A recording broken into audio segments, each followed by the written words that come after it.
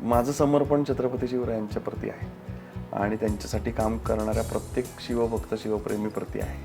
आज महाराष्ट्रातल्या घराघरातल्या छोट्या मुलांच्या तोंडी शिवबाराचं हे गाणं आहे. मुळामध्ये या सगळ्या 6ही सिनेमांकडे मला कोणीतरी दिलेला आशीर्वाद म्हणूनच बघतो. माझं सगळ्यात मोठं यश मी मोजत असेल तर ते मी लहान मुलांमध्ये मोजतो. आत्ता नसरापूरचे प्रकरण झालं ना, प्रत्येकाला, माझ्यासहित प्रत्येकाला असं वाटतं की इथं शिवरायांचा न्याय हवा.